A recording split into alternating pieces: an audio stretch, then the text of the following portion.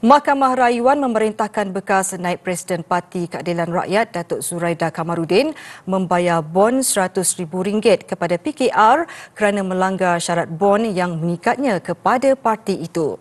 Keputusan dibuat panel 3 hakim diketuai Datuk C. Mi Chun selepas membenarkan sebahagian rayuan difailkan Zuraida. Zuraida sebelum ini memfailkan rayuan selepas Mahkamah Tinggi Kuala Lumpur 23 Jun tahun lalu memerintahkannya membayar RM10 juta kepada PKR selepas memutuskan bon itu kontrak yang sah dan mengikat.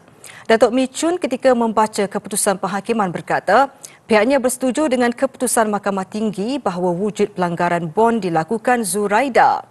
Bagaimanapun, jumlah RM10 juta bukan pampasan yang munasabah. Datuk Mi Chun bersidang bersama Hakim Datuk Azman Abdullah dan Datuk Ahmad Kamal Mat Syahid.